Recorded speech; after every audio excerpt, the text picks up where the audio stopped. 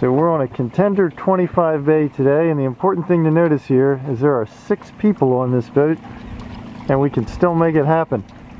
Hey Cap, you like having that tower up there? Oh yeah, this is great. What's that do for you? Well, I can see everything. If you guys can, when you're doing your casting, I can tell you to go a little further or a little closer in. If anything pops up on the shoreline, I can tell you, hey, there's something at 2:30, 3 o'clock, cast to it. It's just, it's nice being up in the tower.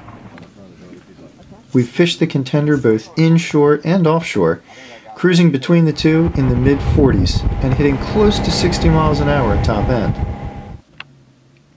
Some highlights we noticed: this boat has a 40 and a 12-gallon live well, and a huge stowage area under the forward casting deck.